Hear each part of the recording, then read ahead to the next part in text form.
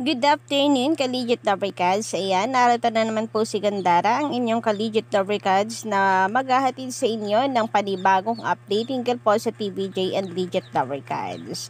Ayan, basta po may kinalaman sa TVJ, sagot na po natin yan. At ang mainit nga po nating update ay pumapatungkol po rito sa Super Serena na dati pong segment ng Itbulaga nung panahon po ng TVJ sa GME 7. So nakakamiss din po yung mga ganitong segment po ng TVJ. So ano kaya nangangamoy babalik na kaya ang Super Serena? Yan po nga alamin natin sa update po na ito. Pero bago po natin simulan at pag-usapan ang buong detalye hinggil dito, mga Collegiate Lubricants, nais ko po muna magpasalamat sa inyo sa walang sawa po ninyong pagsuporta sa ating YouTube channel, lalong higit sa ating mga Collegiate Lubricants dyan. Well, isa na rin nga po dito sila Ding Ramos, shoutout po sa inyo, baka kinopya rin nila sa EAT. Ganon din po kay Sir Rodolfo Bautista, Jefferson Nato, and Charles TV. Magandang hapon, stay safe and healthy. Hello ma'am, ganda. Malapit ka na palang mag 20k subscriber. Good luck madam. Thank you so much po. No? Actually, meron pa ako isang channel guys. So, nasa 50,000 plus ang subscriber niya. Pero na-demonetize po kasi yon. So, pinag-iisipan ko tuloy kung gagamitin ko pa siya or hindi na. Kasi dito medyo maunti rin po yung viewers natin naman. Pero okay lang naman yan. We're not after the viewers naman eh. We're after depending TVJ hanggang sa kaya po natin. Kasi ang dami pong mga bashers ng TVJ dumarami. Puro trolls account. Alam niyo yon, yung mga account po nila ay mga lang, dami account. Di natin alam kung isang tao lang ba gumagamit niyan or what. Para magmukha lang silang marami. Pero syempre, atake sila ng atake, dedepensa tayo. Hindi naman po natin nahayaan na basta-basta na lamang po nilang bulihin or sabihan ng hindi maganda ang TVJ. Lalo pat nasa katwiran naman po ang TVJ. Pinaglalaban lang nila kung yung alam po nilang sa kanila talaga.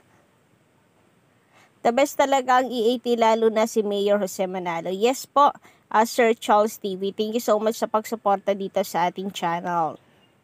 Of course, shout out din dito sa ating iba pang subscriber and commenter, Sir Reynaldo Rodriguez, Roy Mogol, Noberto Agin.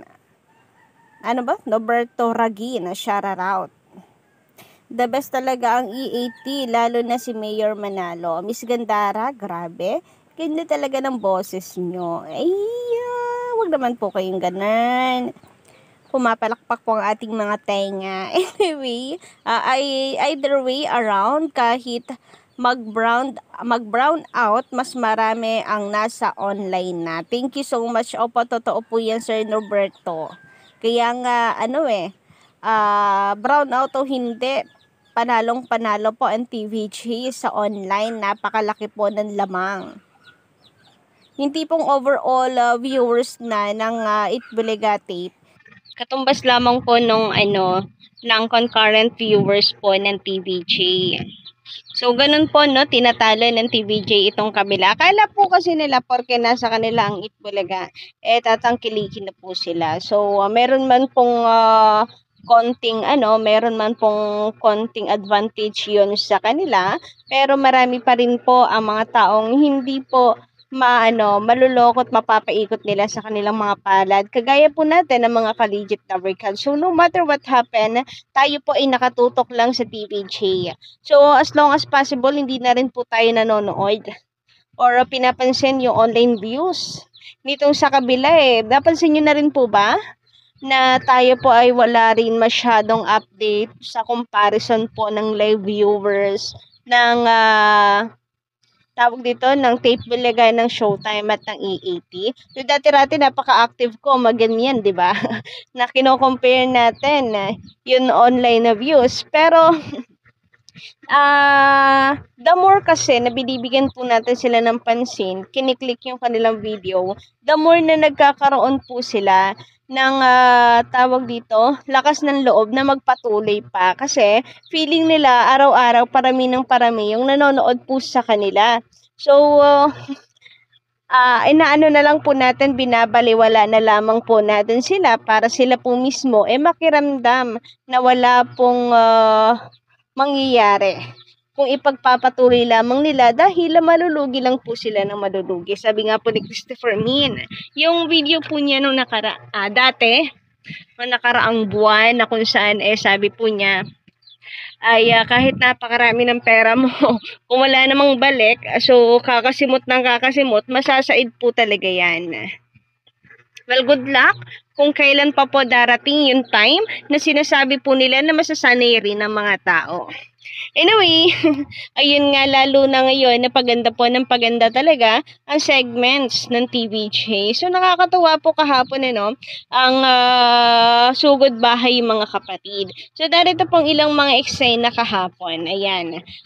Sa mga team replay po dyan at hindi nakaabot ng live, narito pang ilang screenshots natin kung saan nakuha rin po natin to sa online. So thank you so much po sa mga nag-post. Ayan po yung mga kaganapan. May street party po sila. Umuulan po kasi, so yung sila Mayor Jose, naligo po ng ulan.